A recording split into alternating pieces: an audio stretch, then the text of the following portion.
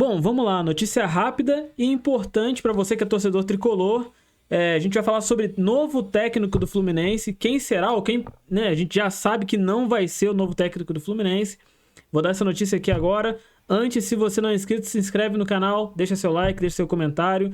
Participa aqui comigo, o canal está crescendo. A gente tem vídeo de Fluminense quase todos os dias. Então eu conto aqui com a sua participação. E vamos falar do novo técnico do Fluminense, que não vai ser o Diego Milito. Não vai ser ele porque ele recusou uma proposta do Fluminense. Na verdade é o Gabriel Milito. Ele recusou uma proposta do Fluminense que dizem aí que era de 3 milhões de dólares por ano. E a justificativa dele é que ele não quer retornar para o futebol brasileiro por conta do calendário, que todo mundo sabe que é um calendário extremamente complicado. São muitos jogos, inclusive para aqueles times que não vão disputar ali as principais competições. Copa do Brasil, Campeonato Brasileiro, tem o estadual. A principal competição ali, no caso, a Libertadores, a gente não disputa.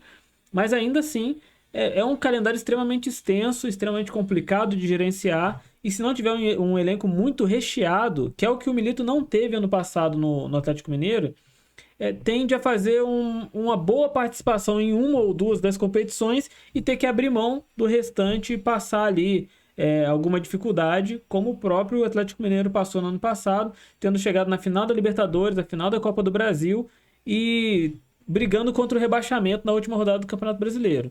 Então, por conta desses fatores, por conta desse ambiente, dessas características aqui do nosso campeonato, dizem que essas foram as justificativas do Milito para não voltar aqui para o futebol brasileiro e não recusar não somente o Fluminense, tá? Ele recusou esse retorno para o futebol brasileiro de modo geral. Então, o Fluminense fica aí com menos uma alternativa e o Milito, sinceramente, ele não era a unanimidade. Sinceramente, acompanhando aí os chats, acompanhando os outros canais, acompanhando os comentários dos torcedores do Fluminense, o Milito ele não é nem um dos favoritos, pelo menos da torcida, tá? Teve uma rejeição bastante grande ao nome dele. Algumas pessoas associaram aí, pelo menos para mim, sem sentido nenhum, associar essa rejeição ao Mário Bittencourt. Uma coisa é a rejeição ao técnico, outra coisa é a rejeição à diretoria. Existe uma rejeição sim à diretoria, assim como existe também uma parcela que aprova. Eu sou bastante neutro em relação a isso. Eu acho que tem pontos bons, pontos ruins. Agora, o nome do Milito não tem nada a ver com isso, até porque o Milito não tem nenhuma relação com a diretoria do Tricolor, não tem nenhuma relação prévia com o Fluminense. Para mim não faz muito sentido fazer esse tipo de associação. Mas a gente sabe que Milito não vem, tá? Seria uma mudança bastante drástica ali, assim como foi de Fernando Diniz para Mano Menezes para Milito seria uma mudança também muito drástica, uma mudança que a gente precisa, mas que às vezes não dá para entender muito bem qual que é aí o critério e qual que é o planejamento, né? Se renova com o Mano Menezes, deixa ele contratar jogadores no perfil que ele queria contratar e se encerra um trabalho e vai se chamar um técnico totalmente diferente. Não faz muito sentido, pelo menos para quem está olhando de fora. Mas a gente tem que confiar que a diretoria está fazendo o melhor trabalho possível e acreditar que sabem exatamente o que estão fazendo e sabem exatamente onde querem chegar. O jogo de ontem, vamos falar um pouco da partida de ontem do Fluminense ali contra o Once Caldas. Foi dirigido ali pelo Marcão, o Fluminense. Não fez uma grande apresentação, mas fez o suficiente para ganhar do fraco time do Once Caldas. A gente tem que dizer que é muito fraco. Ninguém também tinha expectativa de que ontem o Marcão fosse fazer uma revolução, que o Fluminense fosse jogar totalmente diferente. Para mim, os destaques positivos, se é que a gente pode falar disso, são a vitória em si. Claro, a vitória é importantíssima, o Fluminense estreou com vitória e na Sul-Americana só o primeiro colocado passa direto para a fase seguinte, então é importante vencer. E algumas participações individuais ali que para mim foram positivas. A entrada do Lescano foi boa, a entrada do Bernal entrou bem, jogando bem também.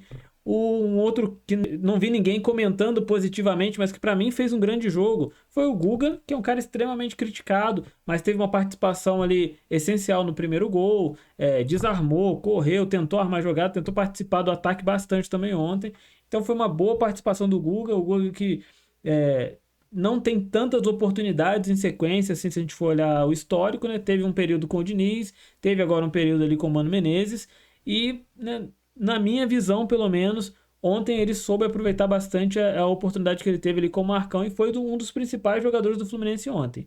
E negativamente, eu destacaria aqui o segundo tempo do Fluminense ali, a entrada do Everaldo. Para mim, o Everaldo entrou muito mal ontem.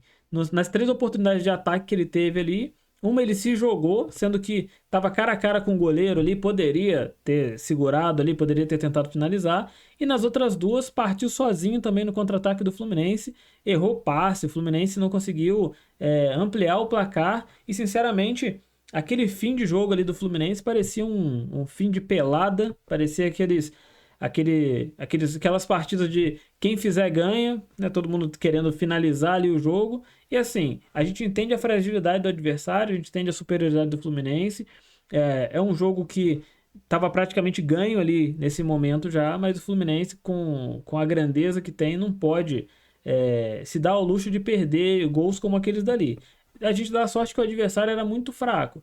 Mas num cenário diferente, um adversário mais capacitado, o Fluminense precisando vencer, não dá pra gente tolerar esse tipo de apresentação e esse tipo de erro que a gente viu ontem, principalmente ali no ataque no final do jogo. Mas o importante dessa partida foi o Fluminense ter vencido. O Fluminense venceu. E uma coisa também que se tem que se destacar muito positiva é a gente não ver o Mano Menezes ali na beira do gramado, porque ninguém aguentava mais. Essa que é a realidade, ninguém aguentava mais ver o Mano Menezes ali.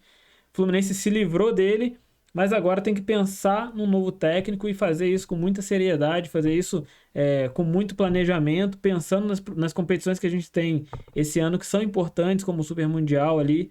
Né, é um evento histórico para o Fluminense, um evento histórico para o futebol mundial, né? Vai ser a sua primeira edição e o Fluminense está nessa primeira edição e tem que fazer uma boa participação.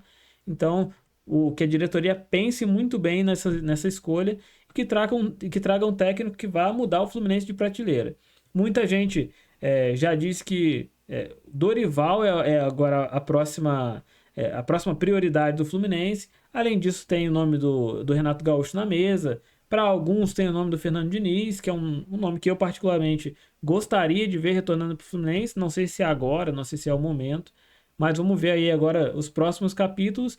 Eu acho que o Fluminense tem tudo para fechar o nome do técnico essa semana, mas né, vamos ver qual é que vai ser a escolha aí. Não é uma escolha tão simples por diversos fatores, né? Por questões de elenco, por questões financeiras também, que o Fluminense não paga altos salários para técnico, apesar da proposta que fez para o Milito ser uma proposta boa.